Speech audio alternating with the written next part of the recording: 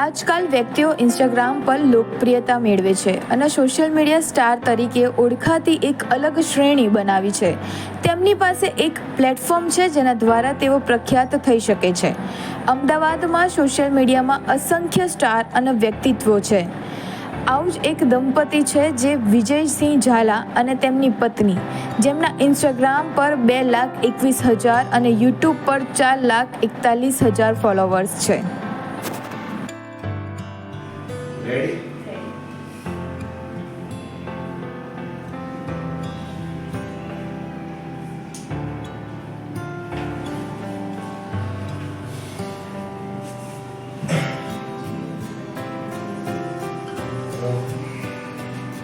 ચલો ready? હે ભગવાન, હું આના જીવનથી કંટાળી ગયો છું. હું થાકી ગયો, મને ઉઠાઈ દો. હે ભગવાન, આવું સાંભળતા પહેલા તમે મને લઈ લેજો. મારી અરજી પાછી લઈ લો. આનું નામ દઈ લો.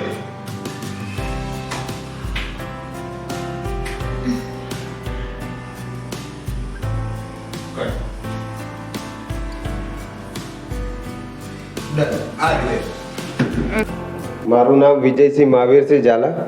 સ્વીટી વિજયસિંહ ઝાલા. બેઝિકલી હું તો અહીંયાનો જ, મારો જન્મ પણ અહીંયા, બરાબર, અને કરમ પણ અહીંયા છે. અને હું રાજકોટની છું. સૌ પ્રથમ રીલ તો લગભગ અમે જો ને પહેલા વ્લોગ ને એવું કરતા હતા, પછી બંધ હતું, અને પછી સડનલી એકવાર વિચાર્યું કે ચલો રીલ્સ બનાવવાનું ચાલુ કરીએ. કારણ કે આ ફિલ્ડમાં હું છું તો 2017થી. પહેલાં યુટ્યુબમાં કરતા હતા, અને યુટ્યુબમાં 4 લાખ સબસ્ક્રાઈબરવાળી ચેનલ હતી 2017, 18, 19માં. એના પછી બંધ કર્યું, અને પછી બ્લોગ બનાવતો, બ્લોગ સારા ચાલતા હતા. પછી થોડો ટાઈમ બંધ કર્યું. એના પછી સડનલી એક દિવસ વિચાર્યું કે ચલો રીલ્સ બનાવી, અને લગભગ 10 થી 12 મહિના જેવું થયું છે પહેલી રીલ બનાવીને મૂકી.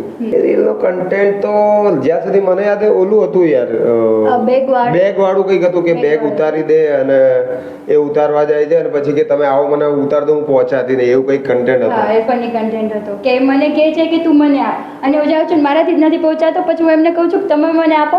એ રીલ હશે તો લિંક મોકલી દેજો.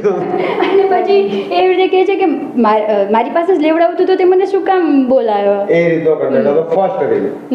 મેરેજને ટાઈમ થયો અમારે 4 વર્ષ, અને ઇન્ડિવિજ્યુઅલ તો નહીં હું બનાવતો હતો, એ નથી બનાવતી, એ તો યુટ્યુબમાં મારા વિડીયો જોતી હતી. અને એમની ફેન હતી, અને મેં એમને ફેસબુકમાં મેસેજ કરેલો, અને પછી અમે ફ્રેન્ડ્સ બન્યા, અને પછી મેં એમને પ્રપોઝ કર્યું, અને પછી એમનો આ ફિલ્મમાં ઇન્ટરેસ્ટ હતો એટલે સાથે સાથે હું બી જોડાઈ ગઈ. હા, જો ફેમિલી કન્ટેન્ટ હોય ને હસબન્ડ વાઈફનું, જે હસબન્ડ વાઈફમાં તો રેગ્યુલર આપણે ઘરમાં જેટલી બધી વસ્તુ ઘણીવાર થતી હોય કે ઘરમાંથી કન્ટેન્ટ નીકળી લે કે વાતો, અમુક વાર અમુક જોક્સ છે જે બનેલા છે ઓલરેડી, એના ઉપરથી કન્ટેન્ટ ક્રિએટ થાય, એ રીતે ક્રિએટ થઈ જાય ઇઝીલી. અને પતિ પત્નીનું એવું છે કે એક વાત મતલબ પત્ની કહે તો એમાંથી 4 થી 5 ટોપિક મતલબ નીકળી જાય આરામથી.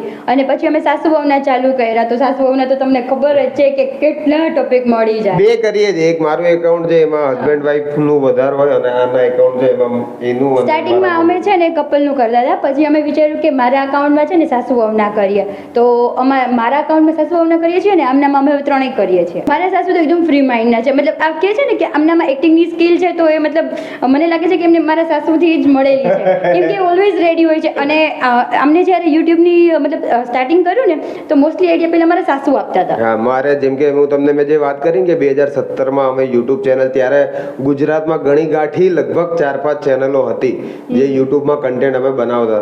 ત્યારના મારા જે યુટ્યુબના કન્ટેન્ટ છે ને એના આઈડિયા મારા મધરે આપેલા એ સમયે, જ્યારે હું યુટ્યુબ કરતો 2017ની વાત છે.